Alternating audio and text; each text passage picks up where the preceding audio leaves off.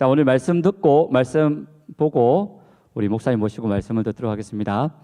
구약 성경 에스더 1장 1절입니다. 한 절만 보겠습니다. 제가 가진 성경 구약 750면에 있습니다. 목사님께서 이 수련회 기간 동안 에스더 1장부터 한 10장까지 전부 다 살펴볼 겁니다. 가급적이면 성경책을 들고 오셔서 필기하시고 메모하시면서 말씀을 같이 한번 봤으면 좋겠습니다. 제가 가진 성경 750면에 있는 에스더 1장 1절 말씀 우리 같이 한번 읽을까요? 한 목소리로 같이 읽겠습니다. 시작. 이 일은 아하수에로 왕 때에 있었던 일이니 아하수에로는 인도로부터 구석까지 127지방을 다스리는 왕이라. 아멘. 지금 우리 강사 목사님 모실 건데요. 강사 목사님은 부산의 가덕교회라는 교회를 담임하고 계시는 목사님이십니다. 제가 이 목사님을 안 지가 한 8년, 9년 정도 되는 것 같은데요. 제가 처음 뵐 때부터 지금까지 정말 신실하시고 너무 좋으신 목사님이십니다. 제가 그때 한번 예전에 교회에서 사역할 때도 중고등부 수련회 할 때 목사님을 모시고 말씀을 드렸는데 말씀이 너무 좋습니다. 여러분들 기대하셔도 좋을 것 같고요. 기대할 만큼 여러분들이 은혜 받을 줄 믿습니다. 목사님 모시고 우리 상처받은 나라와 상처받은 성도라는 제목으로 말씀을 듣겠는데요. 우리 목사님 나올 때 우리 말씀을 기대합니다. 좋은 말씀 주십시오. 우리 기대하는 마음으로 큰 박수로 한번 모시겠습니다.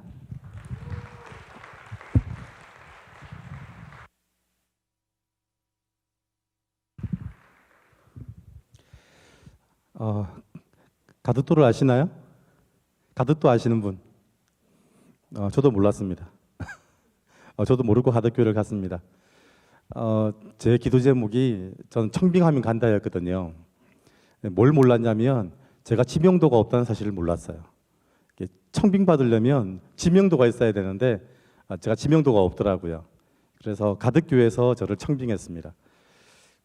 제가 갔을 때는 배를 타고 들어가는 섬이었는데 그래서 가덕교회에서 청빙하니까 제가 되게 기도가 절로 나오더라고요. 그래서 하나님한테 하나님 제가 가덕교회에서 청빙받았는데 갈까요? 그랬는데 저희 선배들이 그러더라고요. 그런 기도하면 안 된다고. 하나님한테 그렇게 기도하면 가지 말라고 하시는 법이 없대요. 그래서 하나님은 분명히 가라니까 그런 기도는 시작하면 안 된다고 얘기를 하더라고요.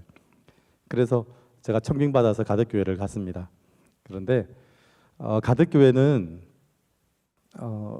115년 된 교회고요. 할머니들 한 3, 40명 모이는 아주 시골 교회였어요. 청빙받아서 가긴 갔는데 뭐 해야 될지를 모르겠더라고요. 그게 젊은 사람들이 처음 시작할 때 아무것도 없을 때 가졌던 그 절망 같은 그런 느낌이 있었어요. 저희 교회에 들어오는 길이 아마 한번 집회를 마치고 한번 저희 교회를 와보고 싶어서 오시면 깜짝 놀라실 거예요. 저희 교회 들어오는 길이 경운기 길이거든요. 그래서 저희 교회 오시는 선교사님들이 그런 얘기 하시더라고요. 목사님 가덕교회 가는 길이 천국 가는 길 같아요 그러시더라고요. 저는 칭찬인 줄 알았거든요. 욕이더라고요. 욕. 선교사님들은 굉장히 욕을 거룩하게 하시는 기술이 있으시더라고요. 저희 교회 오는 길이 왜 천국 같으냐면 첫 번째는 그 길밖에 없어요. 그래서 그 길에서 만약에 차가 빠졌다 그러면 그날 하루 모든 사역은 스톱이에요. 그리고 두 번째가 좌우로 치우치면 안 돼요. 이게 경운기 길인데요. 오른쪽은 논이고 왼쪽은 약간 낭떠러지예요. 사람들이 본능적으로 약간 오른쪽으로 치우쳐요. 그럼 차가 빠져요. 그럼 경운기가 끌어내야 돼요. 그래서 좌우로 치우치면 안 되고요. 그리고 폭이 넓지가 않아요. 차 한 대 바퀴가 딱 걸려서 지나갈 만큼 돼요. 그래서 믿음으로 지나와야 돼요. 그래서 천국 가는 길이더라고요. 가덕교 사역을 왔습니다. 문제는 뭐냐면 제가 멘붕이 왔더라고요. 도대체 무슨 말씀으로 설교를 해야 될지 제가 감을 못 잡겠더라고요. 저는 지금까지 설교를 어떻게 하는지를 그때 알았습니다.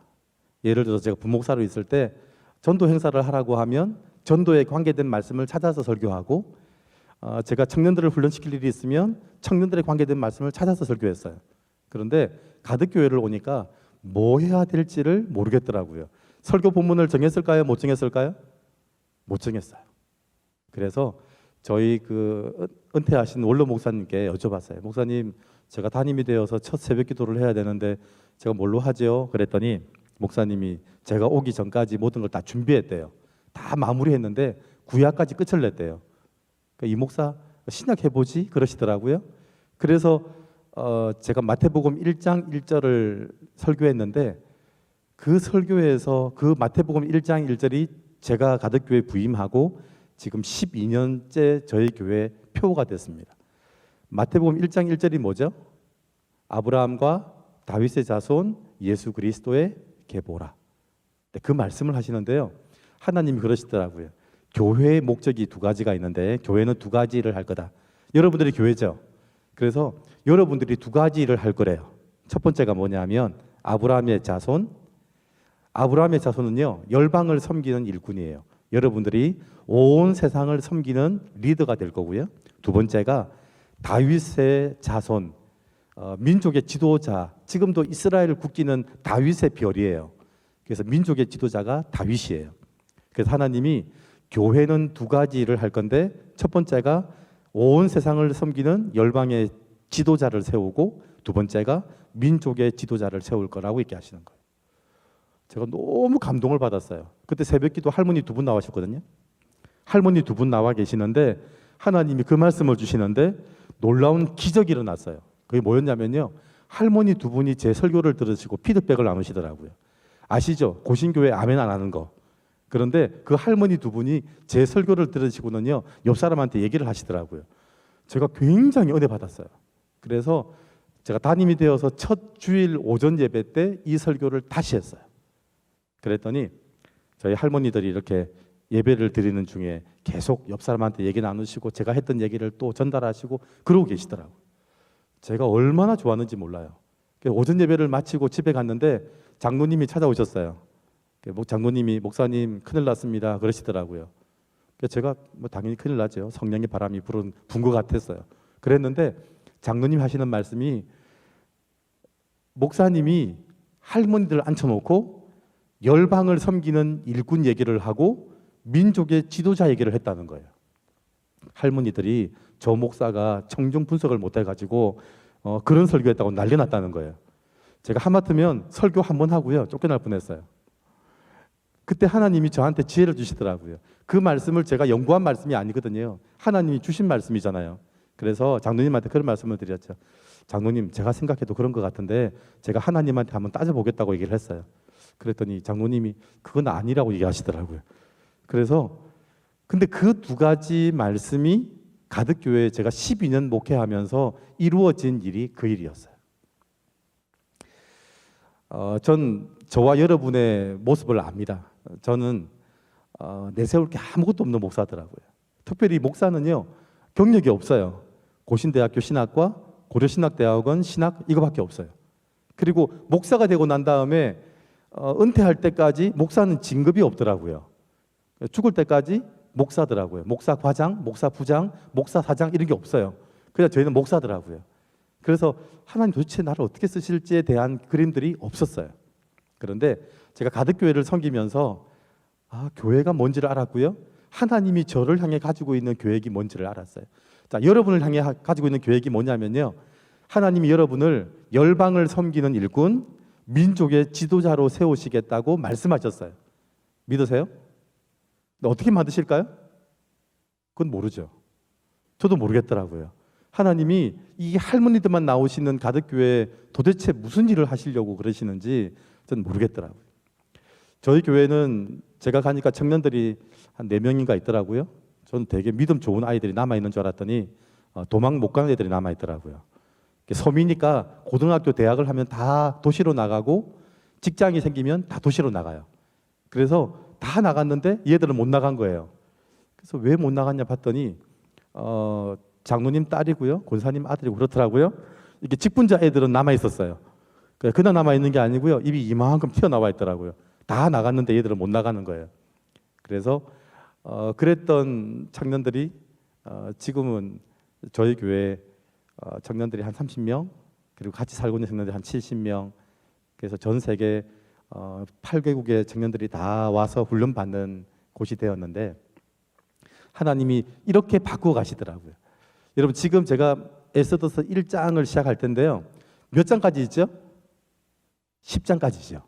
이게 믿음의 10단계예요. 하나님이 에스더 1장을 통해서 누구 모습을 보여주시냐면 우리 모습을 보여줄 거고요.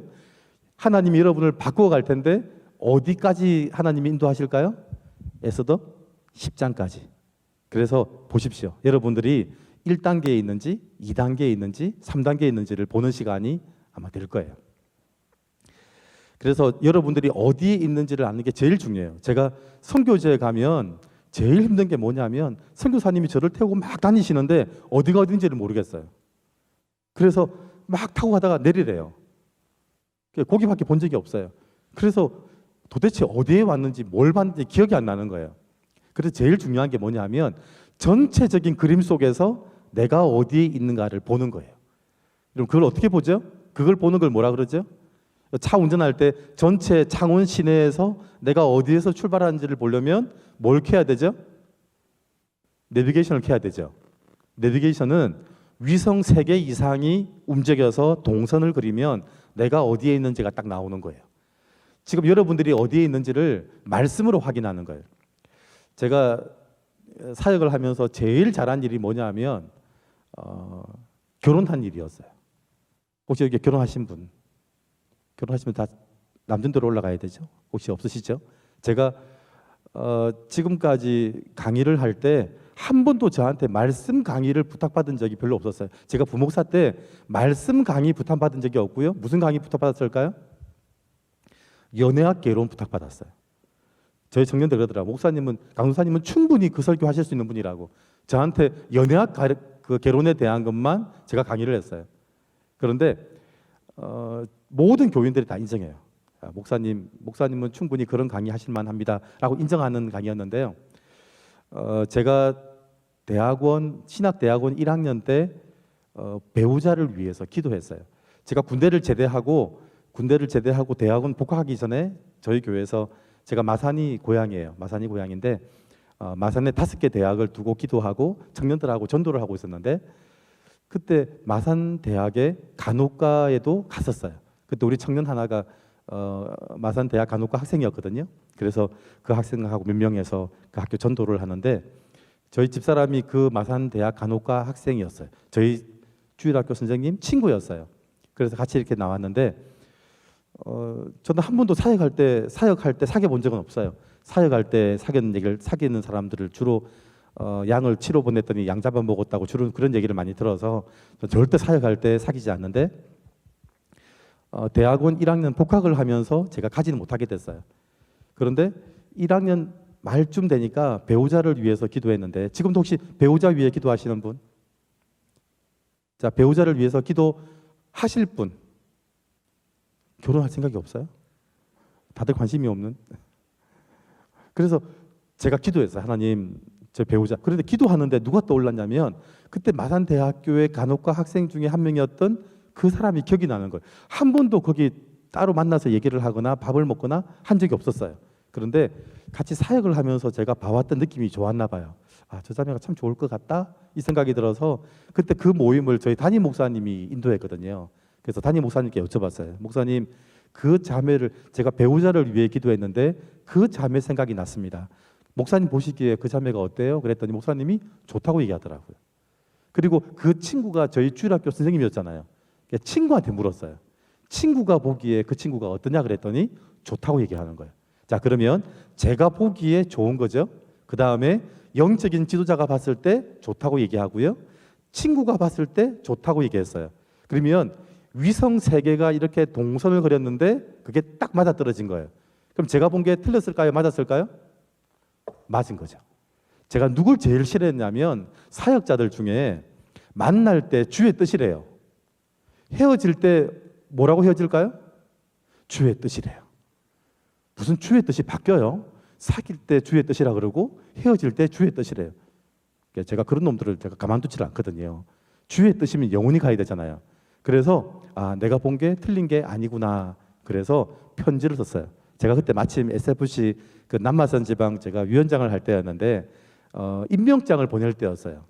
그래서 각자 임명장 보낼 때 한 장을 더 썼어요. 당신을 나의 여자친구로 임명함. 이렇게 해서 한 장을 써가지고요. 편지를 보냈어요. 보내고 그 주일학교 선생님한테 내가 편지를 보냈으니까 보고하라고 얘기했어요.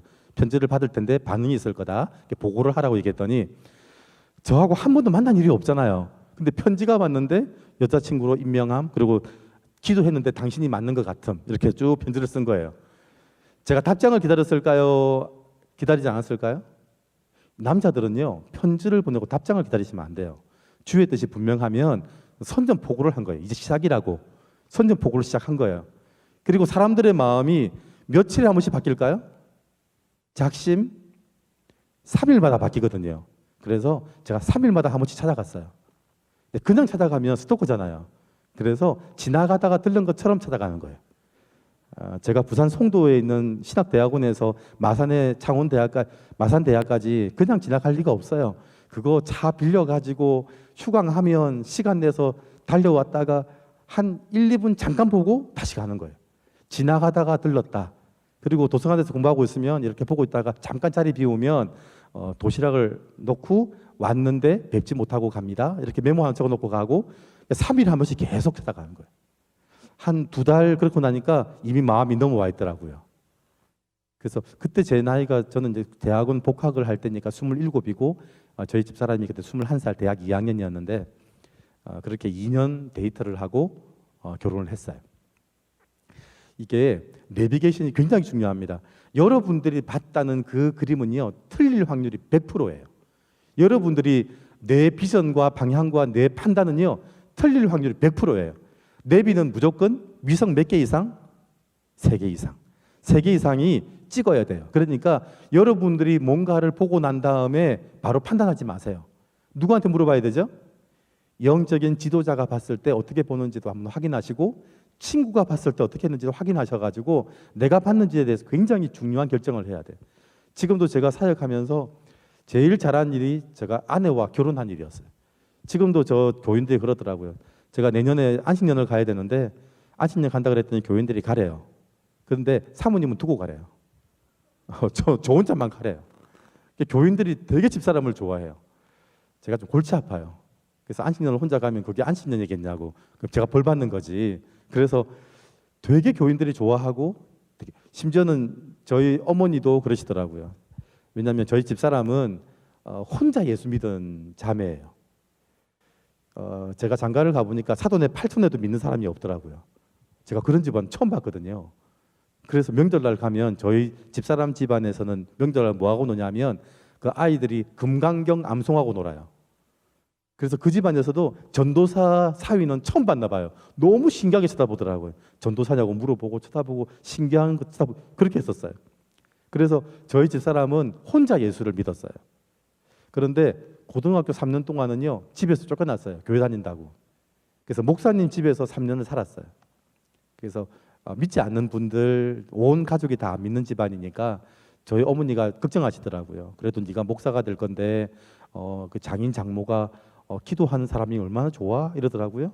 그래서 저는 집사람을 데리고 왔죠. 제가 27이고 21살 된 대학교 2학년 그 학생을 데리고 저희 집에 와서 잠깐 있으라고 얘기하고 저는 교회 사역을 하러 갔다 왔어요.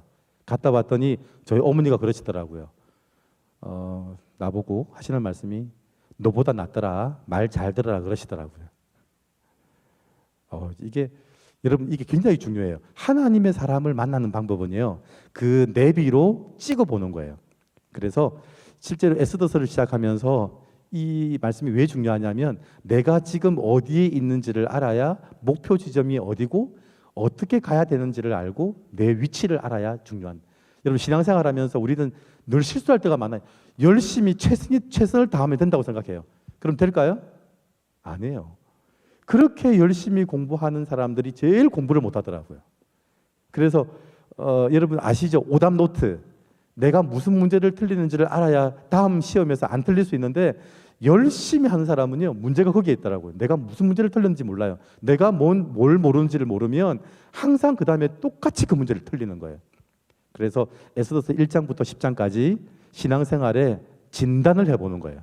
내가 지금 어디에 있는지, 얼만큼 가고 있는지, 어디에서 헤매고 있는지, 어디를 갔다가 다시 돌아오고 있는지 그걸 확인하는 거예요. 1장부터 10장까지 제가 오늘부터 이제 목요일 저녁까지 이렇게 해볼 텐데 하여튼 해보는 데까지 해보겠습니다. 저희 목사님이 보니까 지난번 제가 오 목사님 교회 청년 중고등부 할 때 저한테 집회 이튿날 2번을 했는데 결국은 애써서 다 못했어요. 저는 원칙이 뭐냐면요, 하다가 시간 되면 끝내거든요. 그러니까 뭐 뒤는 알아서 여러분들이 받으시면 되고요. 저는 하여튼 시간 되는 데까지 좀 가볼 테니까 여러분 한번 보시면서 여러분이 어디에 있는지 한번 확인해 보시면 좋겠습니다. 자, 에스더서 1장 1절 읽었죠? 에스더서 1장 1절은요 에스라 6장 7장 사이 이야기예요. 자, 그리고 어떻게 시작하죠? 1장 1절에 이 일은 하고 누가 나오죠? 아수에로가 나오죠. 아수에로가 누구예요? 이게 그 헬라어 표현으로 하면 크세르크세스예요. 여러분 아마 국사 시간 배웠는데 크세르크세스라고 하는데 이게 성경에는 아수에로 나와요. 근데 아수에로가 누구냐면요, 그 아버지가 되게 유명한 왕이에요. 다리오 왕이에요. 아시죠? 다리오 왕 아시는 분?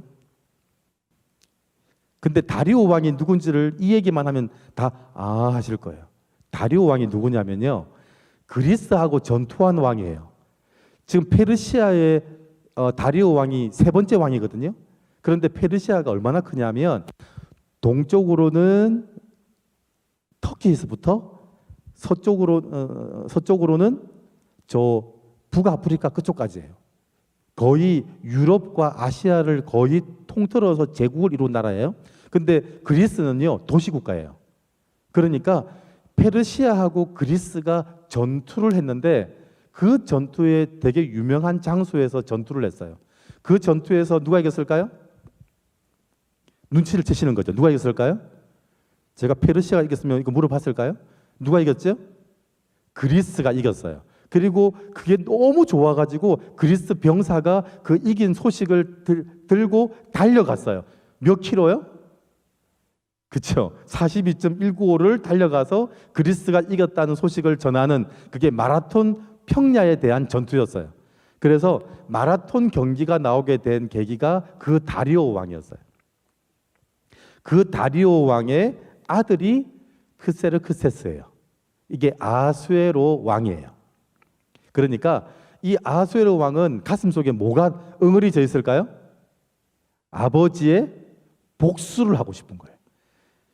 대제국이었던 페르시아가 그리스와의 전투에서 졌잖아요. 그래서 이 아들이 그 전투를 이기려고 벼르고 있는 거예요. 그러니까 1장은요 어떤 얘기에 시작했냐면 그 아버지의 복수를 한 거예요. 자, 복수했는데 30만 명, 페르시아의 30만 명이 그리스를 쳐들어갔어요. 이제 아버지의 복수를 위해서 30만 명이 쳐들어가서 싸웠는데 그리스 몇 명과 싸웠을까요? 그게 그 유명한 300이라는 영화에 나온, 혹시 300이라는 영화 아시는 분? 손 드시는 분은 되게 좀 연역이 있는 분들이에요. 되게 오래된 영화인데 어떻게 알지? 300이라는 영화 아시죠? 스파르타의 300명. 그래서 그 계곡에서 30만 명이 쳐들어오는데 계곡에 300명이 서서 그 30만하고 싸우는 이야기예요. 사실 페르시아가 이기긴 했지만 이겼을까요? 졌을까요? 거의 진 거예요. 왜냐하면 30만하고 300명이 붙어서 결국은 300명이 다 전멸하긴 했지만 그 전투는 사실은 역사에는 그리스가 이긴 것처럼 정리가 됐어요.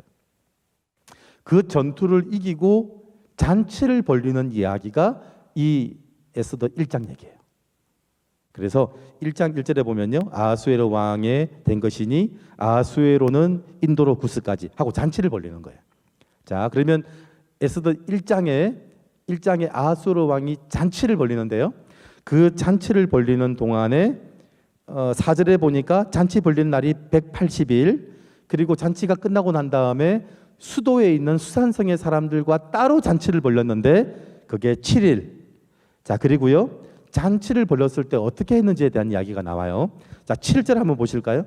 제가 가진 성경이 개역 성경이라서 아마 조금 다를 건데 이해하세요. 자, 1장 7절 잔치를 벌릴 때 아수에로 왕이 어떤 왕인지가 나와요. 자, 7절 같이 한번 볼까요? 시작.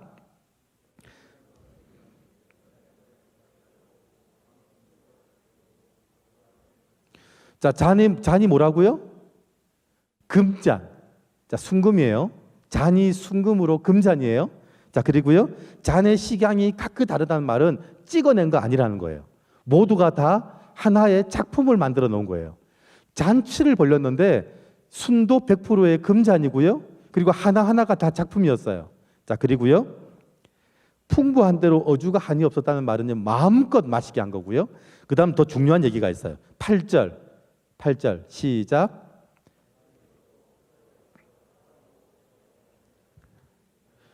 여기까지요. 마시는 것도 규모가 있어서 사람으로 억지로 하지 않았다. 지금 이 이야기가 언제 얘기냐면요. BC 485년 얘기예요. 지금부터 2500년 전 이야기예요. 2500년 전에 아하수에로 왕 페르시아나가 어떤 나라였냐면 여러분 배웠죠? 성문법. 그 당시는 왕의 말이 법이에요. 왕이 말하면 법이었는데 이 페르시아가 뭘 만들었냐면 성문법을 만들었어요. 그래서 법을 기록해서 왕이 그 기록한 법을 지키도록 만들어 놓은 거예요. 대단하죠? 그 당시에 왕이 하는 말이 다 법이었는데 그걸 기록해서 법을 만들어 놓고 왕도 그 법을 지키도록 만든 거예요. 지금도 그렇게 안 하는 나라들이 많은데. 그리고요, 8절에 마시는 것도 규모가 있어서 사람으로 억지로 하지 않았다. 이게 무슨 말이냐면요. 여러분 혹시 직장생활 할 때 사장님이 술 따라 주시죠? 술 따라 주는데 저는 안 마십니다 하고 거절하실 수 있는 분. 지금도 힘들어요. 지금도 회장님이 술 한 잔 권하는데 저는 아니요 하고 거절할 수 있는 게 지금도 힘들어요. 그런데 2500년 전에 왕이 술을 권하는데 노 땡큐 해도 된다는 거예요. 오, 진짜 멋있지 않나요? 이 아하수에로 왕이 그랬다는 거예요. 저희 동생이 그 공군 조종사 출신이에요. 그래서 중령 이제 예편해가지고 지금은 이제 공군 조종사 교수를 하고 있어요. 사천에서 교수하고 있는데 제 동생은 하여튼 그 F-16 되게 좋아요. 자기 사이즈에 맞대요. F-16이 딱 자기 사이즈에 맞다고. 동생 키가 186이거든요. 딱 타보더니 F-16이 자기 사이즈래요. 그래서 되게 멋있어요. 근데 우리 동생은요, 꿈이 뭐냐면 군 보그마예요. 저는 그런데 처음 봤어요. 목표가 군 보그마예요. 그런데 늘 군 보그마를 위해서 얘는 공군 사관학교를 가고 싶어 했는데 공군 사관학교를 떨어졌어요. 왜 떨어졌을까요? 원래는 얘는 되게 공부하는 담을 쌓았던 친구예요. 58명 중에 항상 57등 했던 친구예요. 58등은 누구였을까요? 체육과 학생이었어요. 그 걔 빼고 학교 안 나오는 걔 빼고 항상 걔 꽁등이었어요. 늘 골목대장이었어요. 그래서 책하고는 담을 쌓은 친구였는데 이 친구가 하나님의 은혜를 받고요. 불을 받았는데 그러면서 받은 사명이 뭐냐면 군 보그마였어요. 그래서 열심히 공부해서 지금 우리 창원에 있는 그 학교 1회 졸업생이에요. 그때 그 학교가 이제 인문계 떨어지면 오는 학교였는데 그 학교 입학을 해서 공부를 정말 열심히 해서 위가 구멍이 났어요. 위 구멍이 났는데 그래서 정밀 검사에 떨어지는 거예요. 떨어지고 대학을 가서 이제 그 항공대도 안 되고 이게 정밀 검사만 떨어지는 거예요. 그런데 대학을 다니는 중에 공군 조종사 학사 모집이라는 공고를 보고 이제 공군 조종사 시험을 쳤는데 된 거예요. 지금도 위는 별로 안 좋아요. 근데 그때 시험은요 하나님이 그 심사관의 눈을 가렸다 그러더라고요. 그래서 됐어요. 근데 문제는 뭐냐면 공군은요 두 가지 라인이 있잖아요. 공사 나온 사람 라인이 있고 항공대 라인이 있고 얘는 라인이 있을까요 없을까요? 없어요. 왜냐하면 공사 나온 사람들 중에 비행기 안 타겠다고 말하는 사람들이 해서 TO가 비면 그 TO가 비는 것 때문에 학사 모집을 하는 거예요. 그러니까 중간중간에 오니까 얘는 선배도 없고 후배도 없어요. 그냥 그때 조종사가 약간 모자라면 그것 때문에 학사 모집으로 뽑는 아이니까 뽑는 자리니까 이게 선배도 없고 후배도 없는 거예요. 그러면 군대 생활할 때 뭐 잘해야 될까요? 줄을 잘 서야 되잖아요. 그런데 저희 재수 씨가 전화가 오더라고요. 아주버님, 우리 남편은요 진급 포기한 것 같아요. 진급 포기했다는 말이 뭐냐 그랬더니 아니 왜요 그랬더니 주일 되면 교회 가요. 이러는 아니 주일 되면 교회 가지 어디 가요? 그랬더니 공군 조종사들은요 주일 되면 교회 가는 사람은 아주 높은 계급이거나 하사관들만 간대요. 이제 중위 대위들은 주일 되면 뭐 하면요 골프 가방 메고 대위 장군들을 따라다녀야 된대요. 근데 얘는 교회 가서 주일학교 교사하고 찬양대를 하는 거예요. 그러니까 줄을 안 선다는 거예요. 그리고는 더 심각한 일이 뭐냐 하면 회식을 하잖아요. 회식을 하면 이렇게 술을 다 준비를 하고 대령들이 술을 따라준대요. 근데 저희 동생이 중2잖아요. 우리말로 하면 밥대가리, 밥풀. 이제 겨우 중2밖에 안 되는 놈인데 대령이 술을 따라주면 안 마신다고 얘기한다는 거예요. 그러면 대령이 술을 안 권하죠. 여러분 술 따라주는데 저는 못 먹습니다. 이러면 그래? 하고 술을 안 줄까요? 줄까요? 그러면 더 따른대요. 그래서 몇 번 거절했는데 더 따르면요. 얘가 술판을 뒤집고 나오는 거예요. 재수 씨가 죽으려 그래요. 우리 남편은요. 진급 포기한 것 같아요. 대령이 술 권했는데요. 몇 번 권했는데 자꾸 따르니까 술판 뒤집고 나왔대요. 그리고 제가 동생 차를 한번 타봤거든요. 여러분 혹시 승용차에 탔는데 앞에 보니까 금연이라고 붙어 있더라고요. 혹시 승용차에 금연 붙여놓은 차 있으세요? 저는 시내버스 말고는 그걸 본 적이 없었어요. 개인 승용차에 금연 붙어 있어요. 그래서 이게 뭐냐 그랬더니 자기 차에 타면 담배 못 핀대요. 아니 그러면 소령이나 중령이나 대령들이 타면 그 담배 안 펴? 그랬더니 핀다는 거예요. 그 공군을 가봤더니 공군은 저 정문까지 차를 타고 나가야 돼요. 왜냐하면 그 정문이 활주로 끝에 있더라고요. 그러니까 퇴근할 때 보면 그냥 걸어서 못 나가요. 활주로 걸어서 나갈 수 있어요? 못 나가죠. 그러니까 차를 타고 나가야 되는데 그래서 보통 선배들이 태워달라 한대요. 그래서 자기 대위 때, 중위 때 이렇게 소령, 중령들이 딱 타는데 딱 타자마자 이 금연이 보이잖아요. 그러면 그 중령들이 담배를 필까요, 안 필까요? 한번 경험상 얘기해 보세요. 그거 본 그 회사 여러분 간부들이 저 담배를 필까요, 안 필까요? 피죠. 안 필 것도요. 그거 딱 보고는 이놈 봐라 이러고는요 담배를 싹 꺼낸대요. 그러면 동생이 차를 딱 타고 가다가 담배 딱 꺼내면요 브레이크를 밟아버린대요. 내리시라고. 제가 들어도 가슴이 내려앉는 거예요. 제가 지금 진급할 생각이 있는 건지 제가 지금 근데 걔 꿈은요 군 보고마예요. 군 보고마더라고요. 그랬는데 얘가 중령까지 진급을 했어요. 어떻게 진급을 했을까요? 그 군대 교회 나오는 대령들이 있는데 그 대령들이 예수 믿는 사람들이잖아요. 그래서 군대가 생각보다 굉장히 이게 깨끗하고 바를 것 같죠. 모든 게 공문으로 다 이루어지거든요. 하나도 이게 사고가 날 수가 없어요. 모든 것이 공문을 통해서 다 물건이 내려오고 다 해. 그러니까 절대로 이게 문제가 될 수가 없는데 문제가 제일 많은 게 군대예요. 그래가지고 이 그 공사 항공대 출신 그 믿는 사람들이 늘 갈등이 있는 거예요. 이 군대를 바로 잡아야 되는데 이 군대를 바로 잡아야 되는데 하는데 자기들도 이미 걸려 있잖아요. 자기들도 이미 선후배로 다 걸려 있잖아요. 그래가지고 이 군대를 바로 잡고 이 군대를 정말 하나님 앞에 돌려야 되는데 하는데 어떤 놈이 보일까요? 선배도 없고 후배도 없고 불의한 일에는 술판 뒤집는 저놈이 보이는 거예요. 저놈을 리더로 세워놓으면 지도자로 세워놓으면 군을 개혁하겠다는 생각을 하나님이 딱 주신 거예요.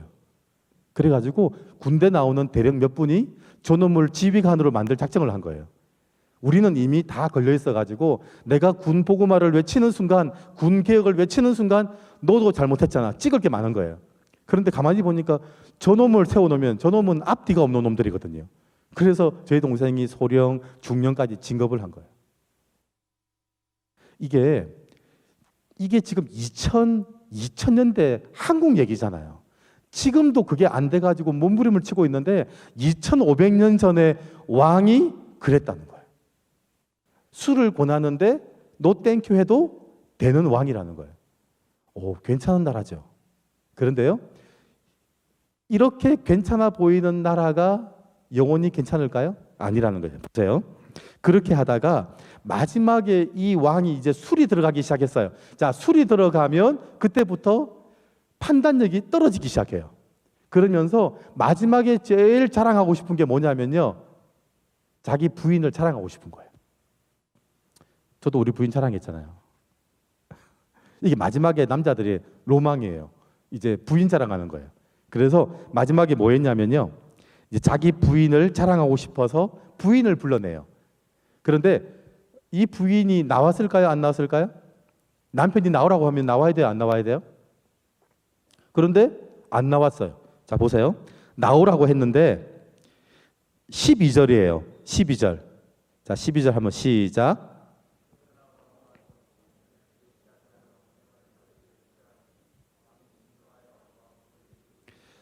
다른 사람에게 술을 권했는데도 노 땡큐 해도 다 받아주던 왕이 자기 부인한테는 안 되는 거예요.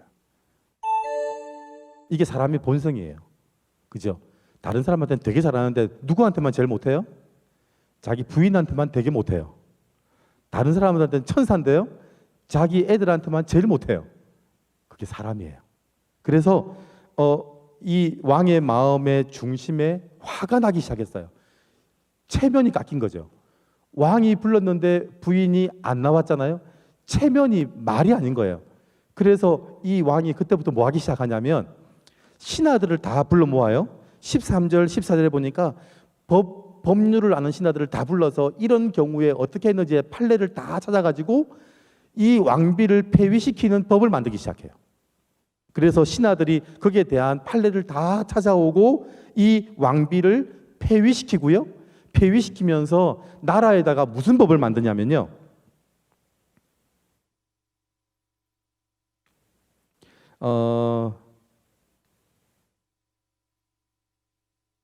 20절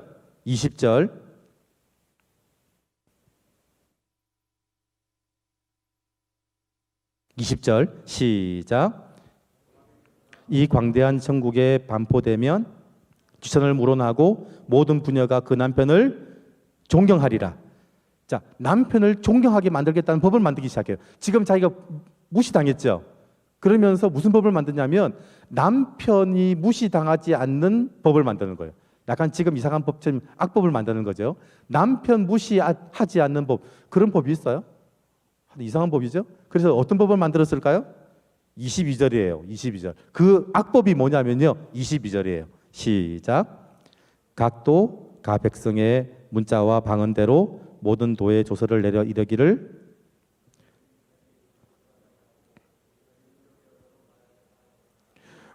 이게 그 페르시아가 국제 나라잖아요. 페르시아가 모든 나라 제국이잖아요. 그러다 보니까 이게 국제 결혼이 많아요. 남편은 페르시아 사람, 아내는 인도 사람, 이런 식이에요.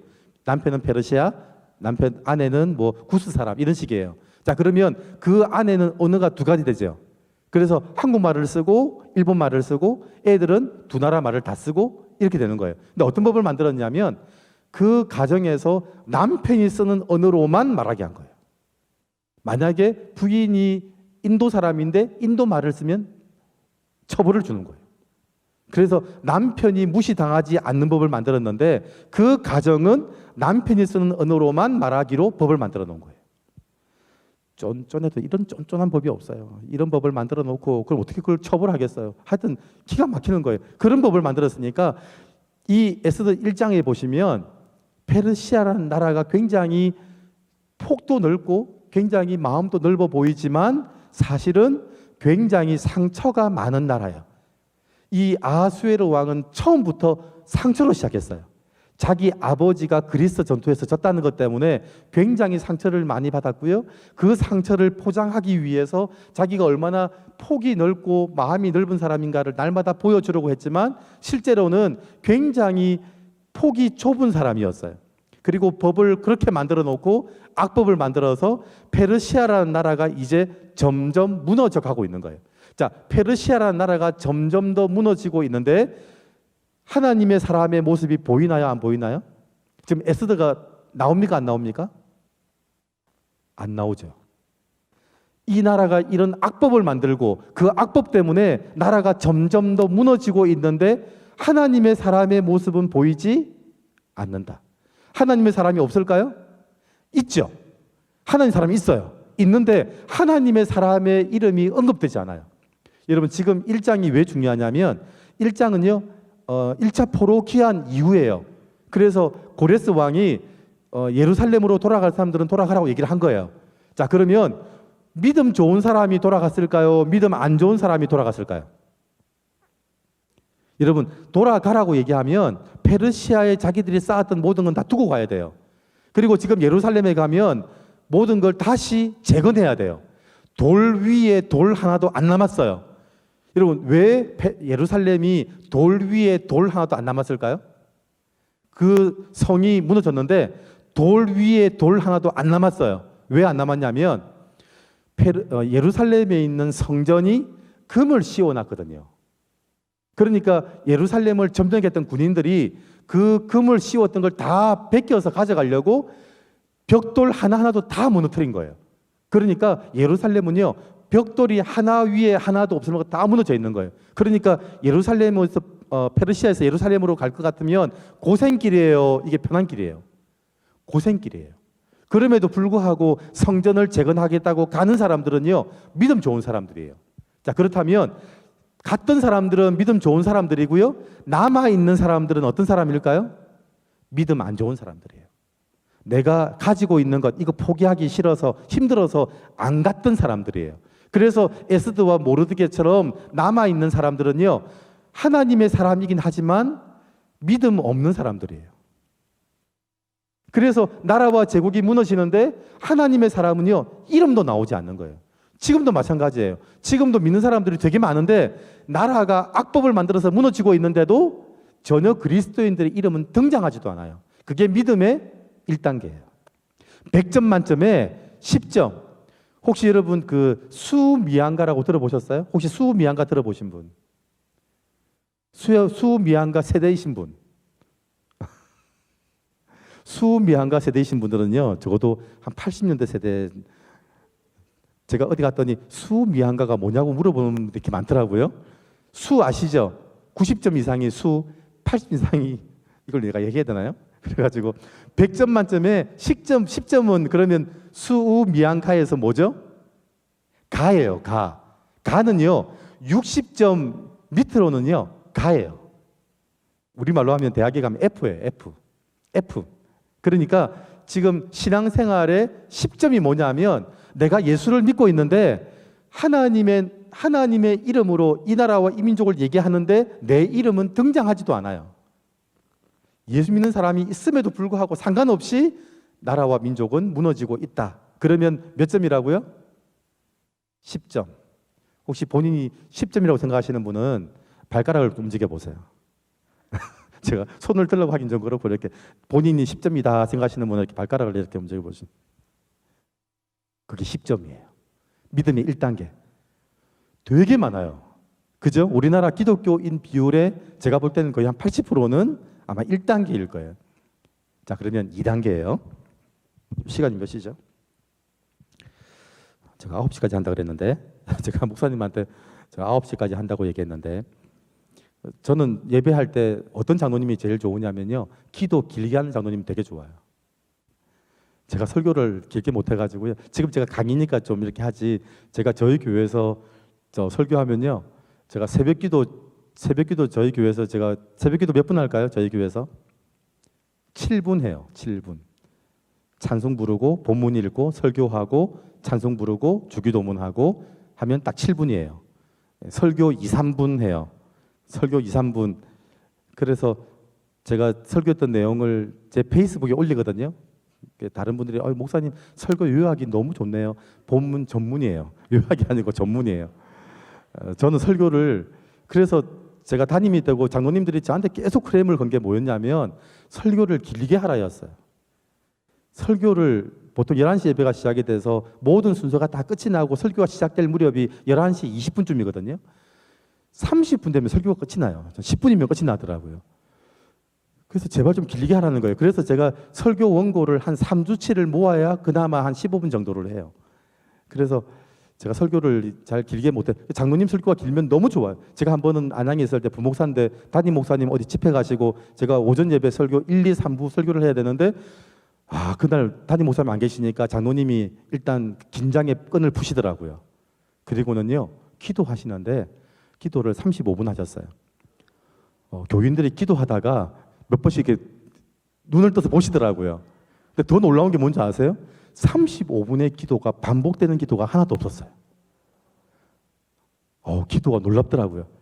그때 더 놀라운 게 뭐였냐면요. 제가 그때 너무 감사했었어요. 제 설교가 15분이었거든요. 그래서 장로님이 35분 안 했으면 그날 대예배는 11시 반에 끝날 뻔했어요.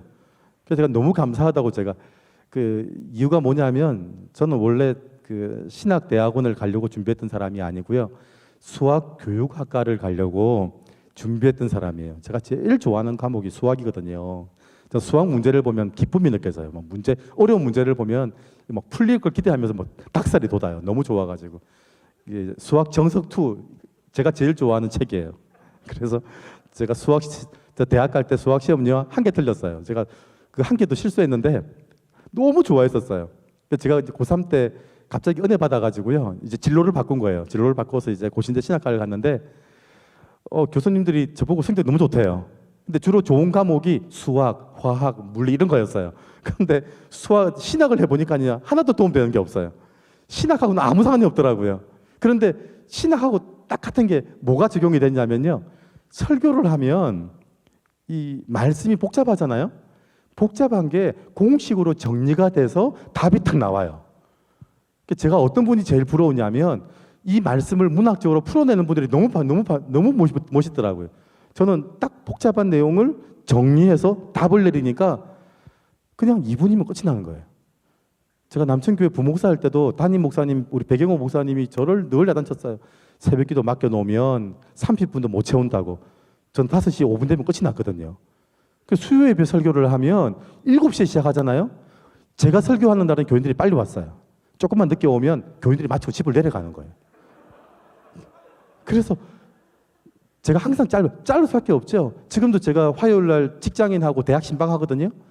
제가 그 부목사 할 때 직장 신방, 대학 신방을 하루에 33군데 했어요. 근데 33군데가 가능한 게 뭐냐면요. 한 번 신방할 때 1분 해요. 1분. 제가 청년들한테, 대학생들한테 나한테 시간 1분만 내줘. 처음에는 거짓말인 줄 알더라고요. 목사님, 그런데 와서 보니까요. 1분도 안 해요. 말씀을 딱 읽어주고 말씀을 공식처럼 기록해주고 지도해주고 가는 거예요. 그랬더니 따로 시간을 낼 필요가 없어요. 1분만 할 것 같으면요. 화장실 나왔다가 만나고요. 그래서 하루에 33군데가 가능해요. 그래서 제가 설교를 좀 길게 못하는데 하나님의 말씀을 간증할 때는요. 이게 길어요. 근데 제가 좀 길게 못하지만 하여튼 제가 시간 안에 끝낼 테니까 제가 지금 알람 맞췄는데요. 8시 50분 되면 진동으로 알람 나오도록 했어요. 그래서 딱 보고 이제 10분. 그리고 8시 50분까지 마치면 되고 그 전에 마치면 그 전에 마치고요. 하여튼 뭐 되는데 주님 재림하실 때 만나든지 내가 죽어서 만나든지 둘 중에 하나거든요. 8시, 9시에 마치든지 아니면 2장이 빨리 마치면 마치는 대로 끝나든지 그렇게 할 거니까.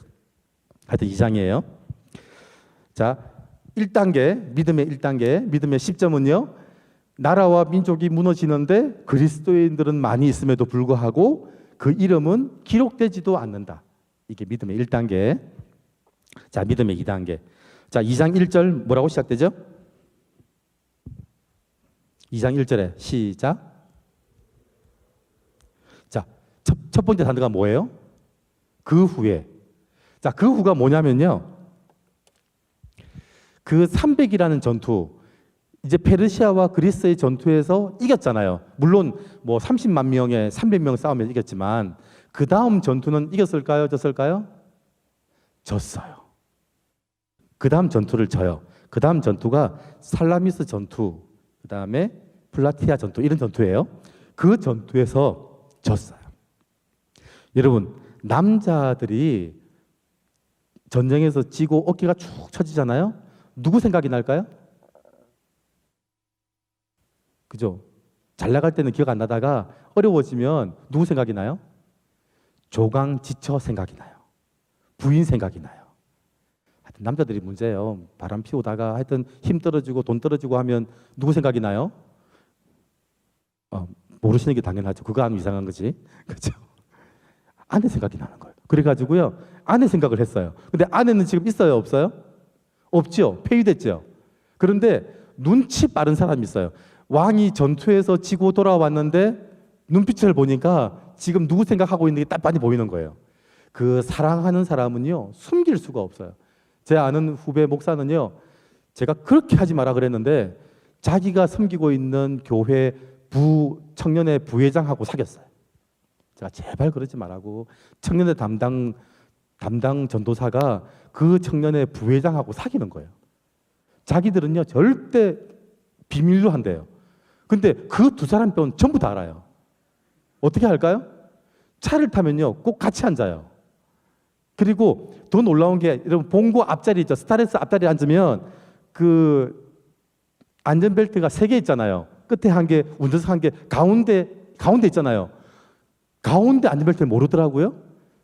이렇게 앉아가지고요 끝에 벨트를 당겨가지고 같이 이렇게 메고 있어요. 그래 놓고는요 자기들은 그런 적이 없대요.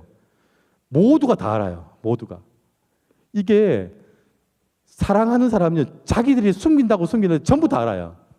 이 아수에로 왕이 전쟁에 지고 왔는데, 지고 오니까 누구 생각이 나냐면 자기 부인 생각이 나는 거예요. 그러니까 다른 사람 위로 못 받아도 부인한테 위로받고 싶은데, 그런데 그 부인에게 위로받고 싶다는 게 전부 보이는데, 그걸 보면서 위기감을 느끼는 사람이 있어요. 누굴까요?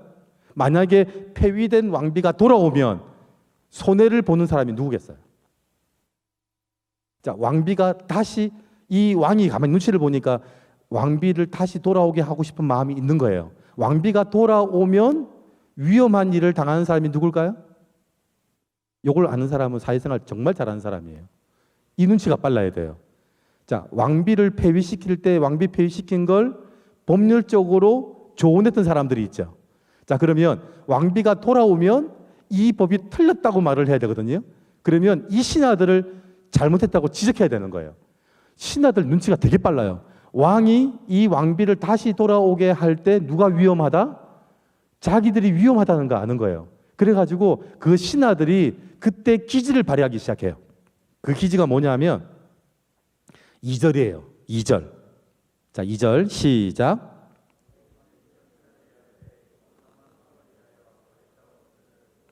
와, 눈치 빠르죠? 왕에게 아름다운 여인을 왕비로 구해주겠다고 말을 해요. 이게 불법이에요. 페르시아의 왕비는 아름다운 사람 구하는 거 아니에요. 왕족이나 귀족 중에서 구하는 거예요. 그러니까 왕족이나 귀족 중에서 구하는데 그렇게 말하지 않고요. 아름다운 여인 중에서 구해주겠다는 거예요. 그 말은 아름다운 여인에서 구하기가 힘들다는 얘기예요. 자, 왕비를 구하겠다고 말하면 지금도 우리나라 마찬가지인데, 우리나라에 좋은 제도가 있었어요. 몽골이 우리나라를 점령하고 있을 때 좋은 제도가 뭐냐면, 몽골에서 처녀들을 공출해 가겠다는 법이 나오기 전에 이 딸들을 시집 보내버리는 거예요. 그래서 그때 나온 게 뭐냐면 꼬마 신랑, 꼬마 신부 이런 얘기예요. 8살, 9살, 10살 된 애들을 시집 보내버리는 거예요. 안 보내면 몽골에서 천으로 잡아가 버리니까. 그래서 이게 좋은 제도가 생기는 거예요. 왕이 왕비를 구하겠다고 선포하는 순간에 모든 사람이 어떻게 할까요? 그 선포하기 전에 딸들을 시집 보내버려요. 왜 보내버릴까요?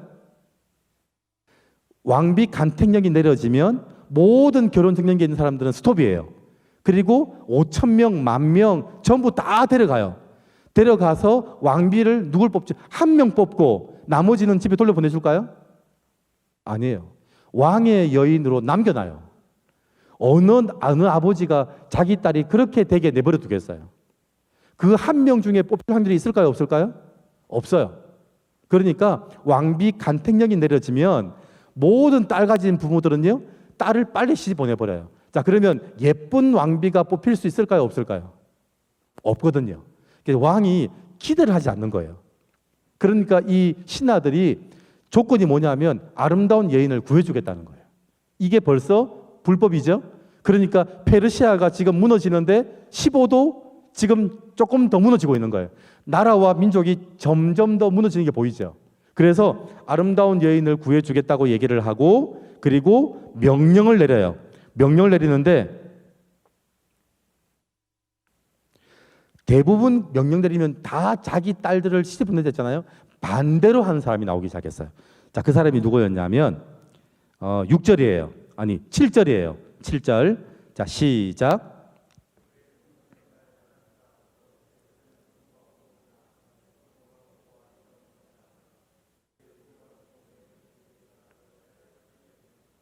그죠? 그 공포가 나자마자 다른 사람들은 자기 딸들을 다 시집 보냈는데 자기 사촌 동생을 왕비 간택으로 몰아넣은 사람이 있었어요. 누구였죠? 그게 모르드게였어요. 이때 이제 2장에 에스더와 모르드게가 등장해요.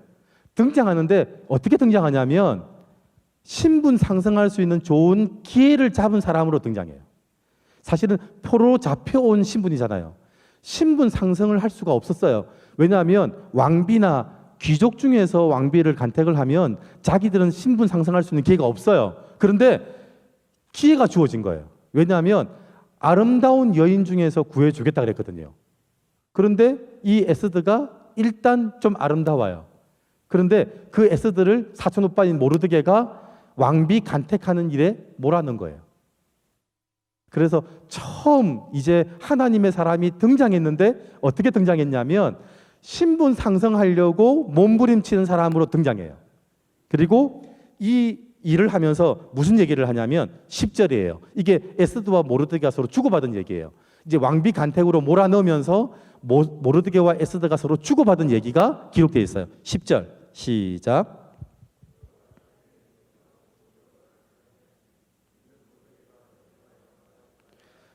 이거 무슨 얘기인지 알겠어요?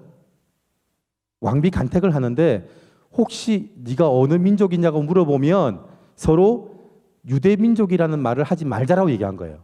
지금 말하면 무슨 얘기냐면 우리 예수님 믿는다는 거 말하지 말자는 거예요. 직장생활 시작할 때 우리 예수 믿느냐고 물어보면 예수 믿지 않는다고 말하자는 거예요. 지금 그렇게 해가지고 왕비 간택을 시작을 한 거예요. 이게 2장이에요. 믿음의 2단계가 뭐냐면요. 출세하고 성공하려고 믿음을 접어둔 거예요. 그런 사람 되게 많아요. 목사님, 우리 아이가 고3인데요. 고3 1년 동안 봐주세요. 고3 지나고 나면 교회 나올게요. 예수 믿는다는 거 말하는 게 손해본다는 거 아는 거예요. 그래서 예수 믿는다는 거 서로 말하지 말자 하고 지금 모르드게와 에스더가 약속을 하고 왕비 간택을 들어간 거예요. 자, 왕비 간택을 들어갔어요. 자, 그런데 2장은요. 이 에스더가 왕비 간택에 뽑혔어요. 그 많은 사람들 중에서 1등 했어요. 어떻게 1등 했을까요?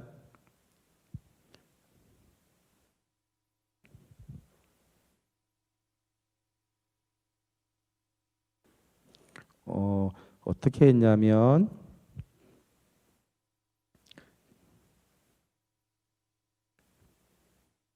제가 이 말씀을 늘 찾을 때마다 또 찾아요.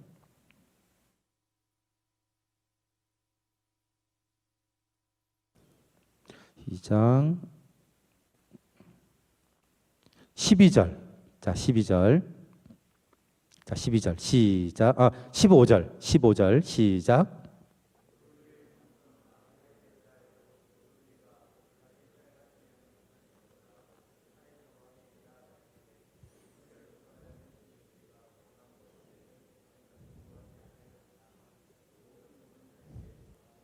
이게 뭔지 아시겠어요?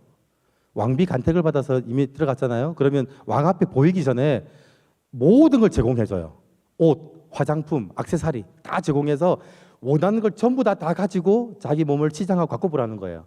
자, 그랬는데 에스더와 모르드게, 에스더는 뭐 했다고요? 15절에 다른 것을 구했다 그랬어요. 이거 말고 또 없나요? 뭐 샤넬이나 이런 거 없나요? 이렇게 막 찾아가지고 했을까요? 안 했을까요? 안 했다는 거예요. 다른 사람들 전부 다 왕에게 잘 보이기 위해서 옷이나 액세서리나 향수나 다 썼는데 에스더는 그걸 구하지 않았다는 거예요. 이게 뭐냐면요. 제가 그 전도사 때 그 중고등부 담당을 했는데 고3 아이들이 졸업을 했어요. 마산은 아시죠? 마산은 딱 그쪽에 고등학교 다 했거든요. 제가 마산고등학교 출신인데 마산고등학교, 그 다음에 성지여고, 마산여고, 마산중앙고등학교, 제일여고 하여튼 쭉 다 있어요. 있는데 제가 이제 졸업식을 가야 되잖아요. 그러면 이제 저 졸업식 갈 때 전도사가 어떻게 그냥 가겠어요? 뭐 들고 가야 되죠? 꽃다발. 그런데 꽃다발이 얼마쯤 하죠? 일단 10,000원, 30,000원, 50,000원, 100,000원 이래요. 전도사 사례가 얼마인 줄 아시죠? 졸업하는 애들 15명 졸업식 가는데 잘못하면 제 사례가 틀려요. 그래가지고 졸업식 갈 때 그냥 가지는 못하잖아요. 그래서 어떻게 하지 하고 제가 이제 제일여고부터 시작하는 거예요. 제일여고가 제일 끝에 있으니까 제일여고부터 이제 쭉 가야 되는데 제일여고를 가려면 그 반월시장이라는 시장을 지나가야 돼요. 시장을 딱 지나가는데 난이 보이는 거예요. 난이 보이는데 제 눈에는 난으로 보였는데 나중에 보니까 그 대파더라고요. 그 대파인데 이게 이렇게 난처럼 보이는 거예요. 그래서 제가 그 아줌마한테 저걸 좀 포장해 달라 그랬어요. 그래서 대파 한 단을 달라 그러면 보통 이렇게 비닐에 담아 주잖아요. 제가 그러지 말고 그걸 이렇게 호일에 감아서 비닐에 감아 달라 그랬어요. 그랬더니 저를 미친놈처럼 보더라고요. 무슨 대파 사가면서 그걸 호일에 감아 달라고 비닐에 감아 달라 해서 그래서 호일에 감아서 비닐에 감아 가지고 그 대파를 샀어요. 그리고 뭐라고 적었냐면 자취생의 꽃. 왜냐하면 제가 자취할 때 정말 버릴 데 없는 꽃이 이 대파예요. 대파는요 그냥 다 먹어야 돼요. 제일 좋은. 그래서 거기다가 자취생의 꽃, 대꽃 이렇게 적었어요. 그리고 그게 한 단에 1,000원 하잖아요. 1,000원.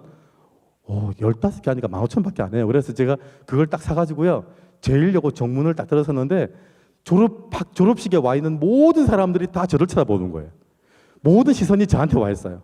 그리고 졸업식을 마치고 교실로 가서 이제 각 반에서 졸업장을 나눠주고 그 대꽃을 전달하는 순간에 모든 사람이 박수를 치기 시작했어요. 왜냐하면 모든 사람들이 저 꽃이 누구한테 갈지 되게 기대감을 가지고 있더라고요.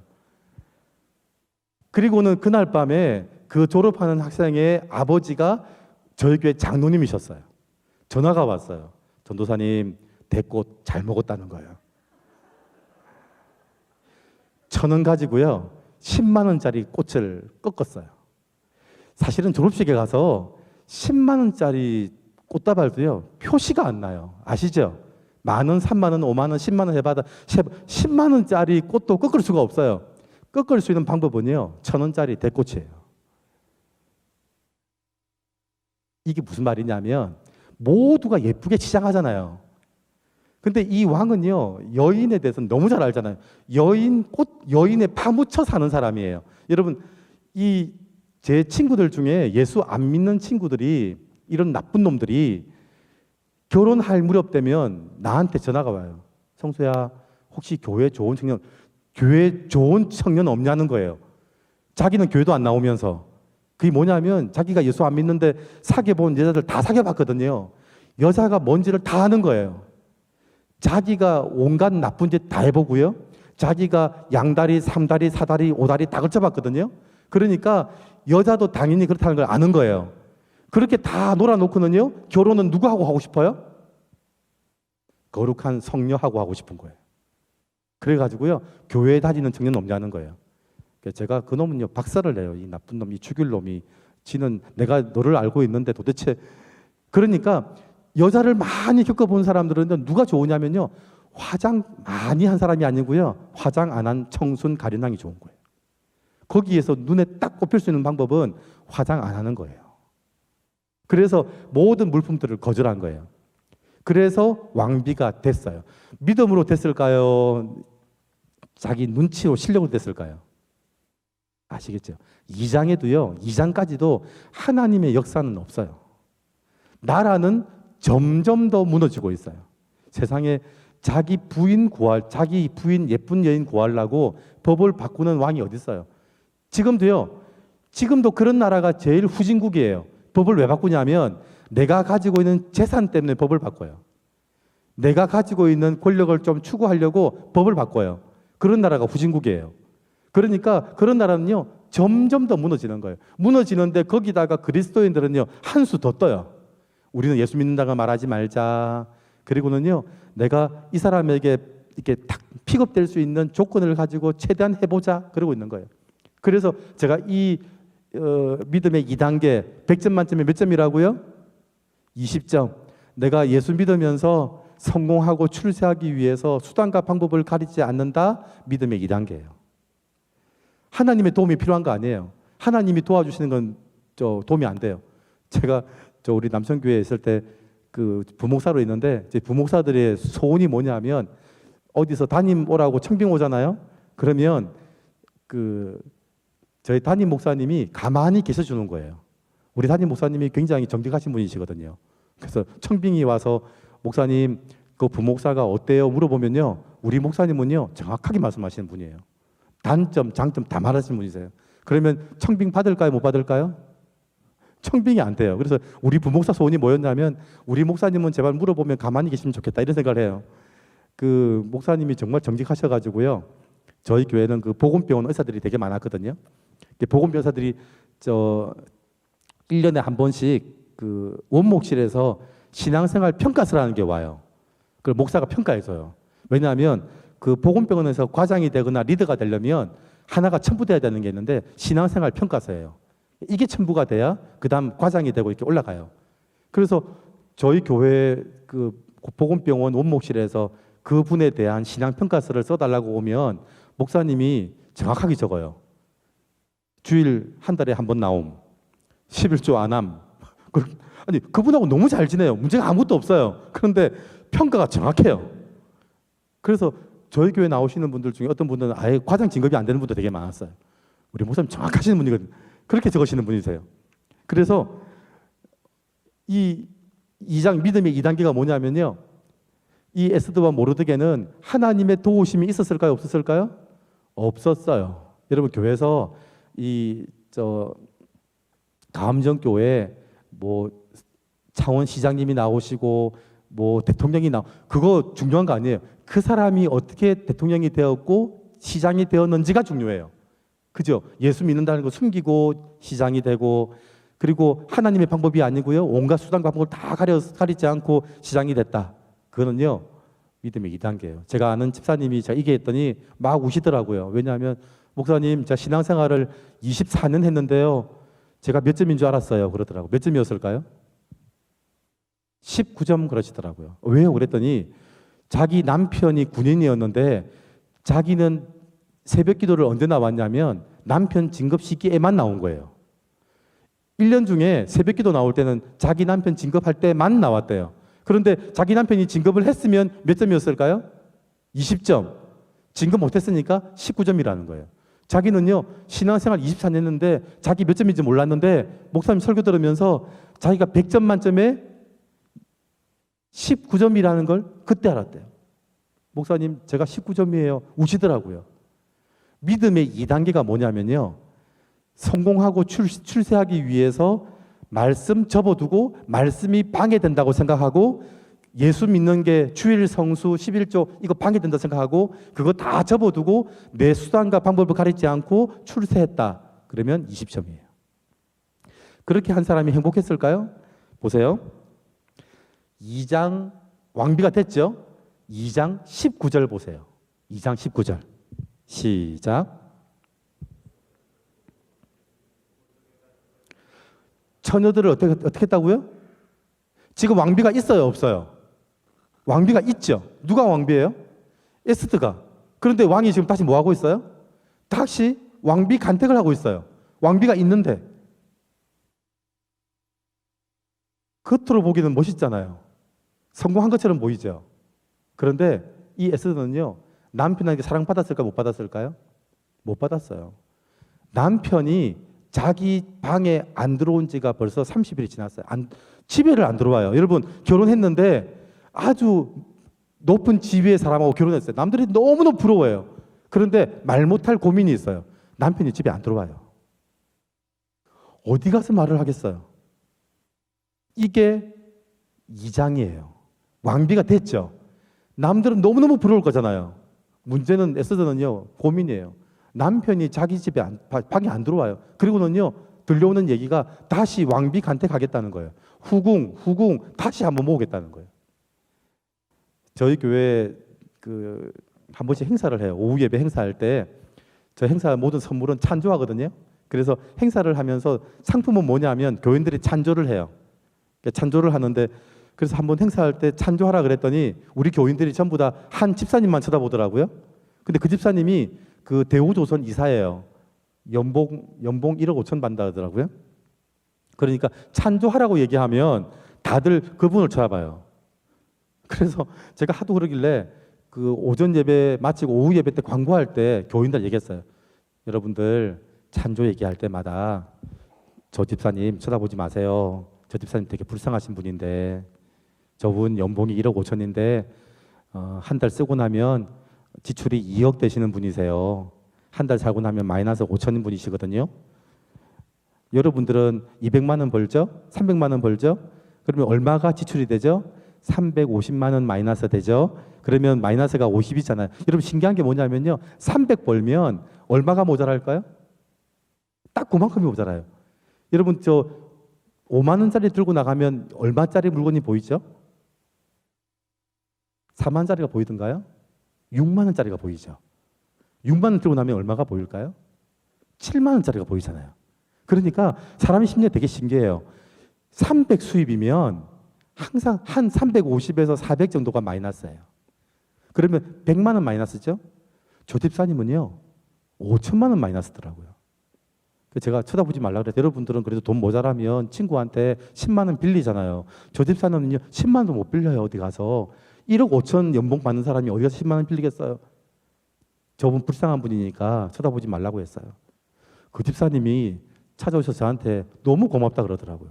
어느 교회를 가든지 그 집에서 그 교회에서 누구 대접할 일이 있거나 뭐 선물할 일이 있으면 항상 목사님이 자기 부른대요. 이 강사 대접하라고. 그런데 자기 사정을 정확히 아는 목사를 만났다는 거예요. 어떻게 하셨냐는 거예요. 성경에 기록되어 있잖아요. 일용할 양식. 여러분 얼마를 벌든지 그 사람한테는요 항상 모자라는 만큼이에요. 그게 1억을 벌든 10억을 벌든 항상 그 돈은 모자라는 돈이에요. 그래서 항상 일용할 양식, 내가 먹을 양식은 항상 모자란다는데 주님의 손에 올려드리는 순간부터 5천 명을 먹이고 남게 되잖아요.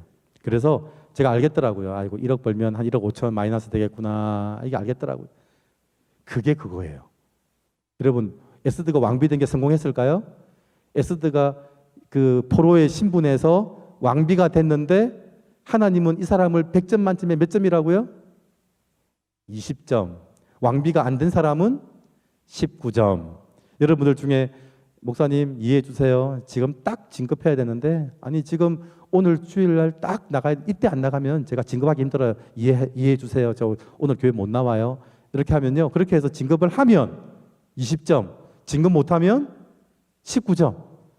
제가 볼 때는 뭐 그거나 똑같아요. 20이나 19점이나 다 F예요. 그죠? 수미양가의 가예요. 가. 그게 믿음의 2단계예요. 자기가 2단계라고 생각하시는 분은 양쪽 발가락을